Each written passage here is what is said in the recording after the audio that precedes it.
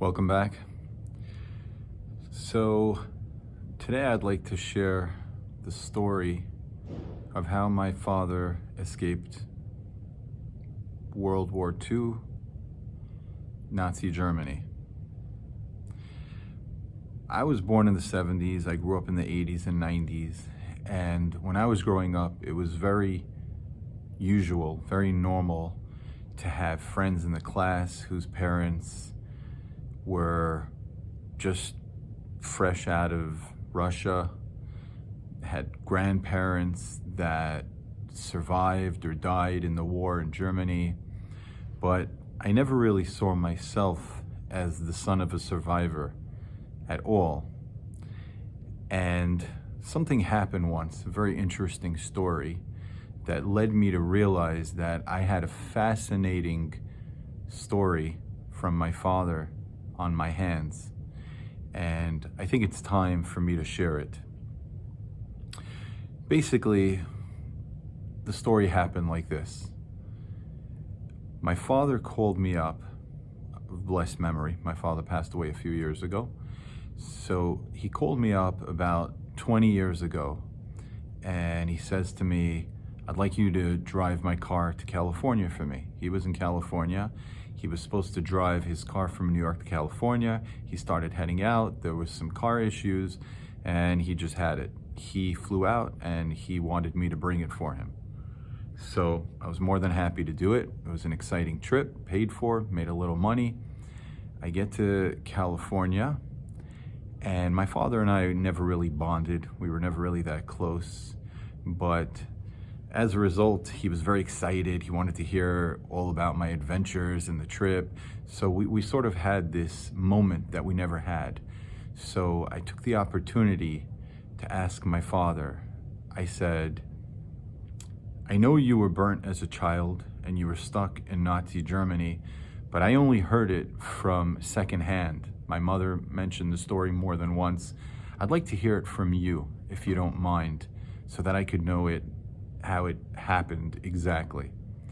And this is my father's story. When my father was about 4 years old, the cleaning lady was in the kitchen, in the bathroom with the laundry. In those days, they had the washboard and they had the clothes. They would rub it on the washboard, then they would dunk it into the hot water, and they would clean the clothes that way. So my father was fascinated, little kid. He's standing there looking, and she didn't realize. She turns around and she elbows him, and he falls into the vat of water, boiling hot water. And she is so spooked, so freaked out, that she screams and runs away. And she screams so loud that my grandfather heard, and he comes running across the house, which by definition means that my father was boiling in a vat of hot water on about 60 to 80% of his body for a minute. My grandfather takes him out. He goes to the hospital. Meanwhile, Nazi Germany is getting worse and worse, and his family had no choice but to leave, and they had to leave him there. And he stayed in the care of the Red Cross. They didn't let anybody know that he was Jewish. He was in the burn unit for 2 years.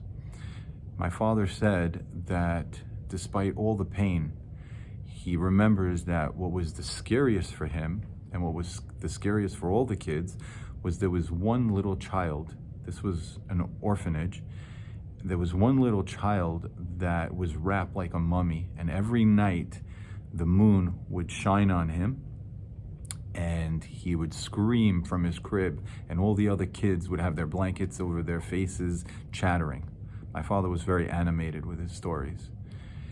Anyways, eventually he was well enough, and the Red Cross saved his life. He said he remembers he was on a full-size plane, a plane that could fit, 500 people, and it was just him, a nun with a big cross. My father's a Jewish person, obviously, and the two pilots, and they flew him all the way to England, and they saved his life, not for profit, not for anything, just for the love of another human being.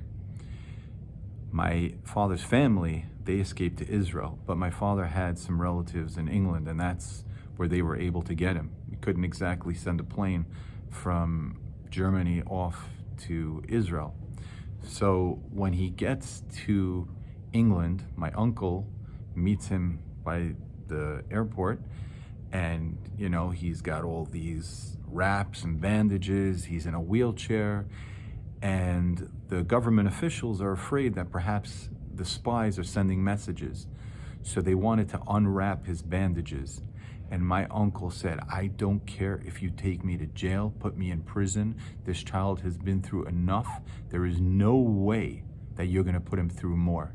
And there was a whole hassle, a whole haggle. There was big commotion, but he refused. He stood his ground, and finally the English government let it go.